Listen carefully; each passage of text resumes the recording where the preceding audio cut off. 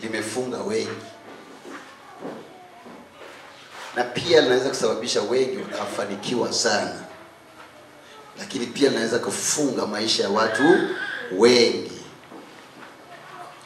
Kwa hivyo akaniambia, nenda ukawajulishe jambo hili, maana ni kikwazo kwa kanisa langu. Mimi nilikuwa nimemwambia nije nifundishe kuhusu Ibrahim alivyofanikiwa, alivyokula meza ya Bwana. Akaniambia hiyo waje, hawataelewa hicho usipowaambia hiki. Na hichi akiangaliwa ni mtoto au mtu mzima, na kimefunga maisha ya watu wengi. Lakini ombi langu asubuhi ya leo ya kwamba maisha yake yatafunguliwa. Amen. Maana utaondoa udhalimu huo kabisa na utajengwa. Amen.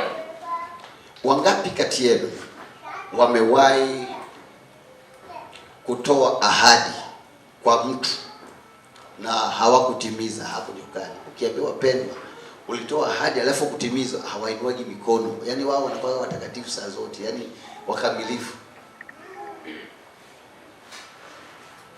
Mpo? Tupo. Hilo ni tatizo zito tunataka kuzungumzia. Kwa nini uliropoka?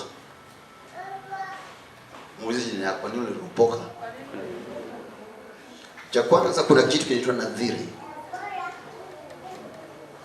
Sema nadhiri. Nadhiri.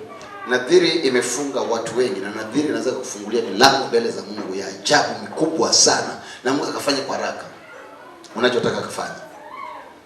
Nadhiri ni kiapo ambacho unakiweka kati yako na Mungu au kati yako na mtu kwamba Bwana, ukinitimizia hiki mimi nitafanya hivi.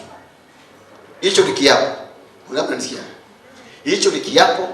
Hiyo ulikuwa unacheka, hujadhamiria, umedhamiria. Hicho ni nini? Ni kiapo.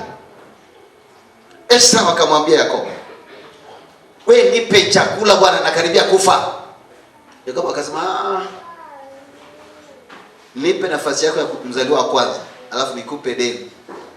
Asema nafasi yangu ya kwanza ndio nini? Ambia hapa kwanza kwamba utanipa. Hapa.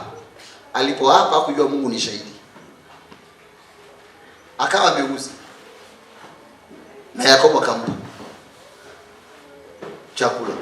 Siku ya kubarikiwa akafanya kiherehere, badala ya mwambie baba yake nilishauza. Kuna watu wengi wanauza kiwanja mara ngapi?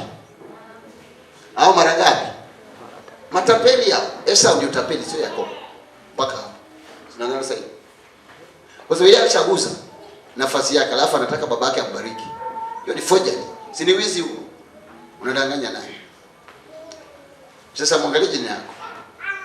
Hicho kinywa chako unatakiwa kufungue vizuri kwa ajili ya mema. Hesabu. Nina uhakika hapa vigelegele leo vitapungua.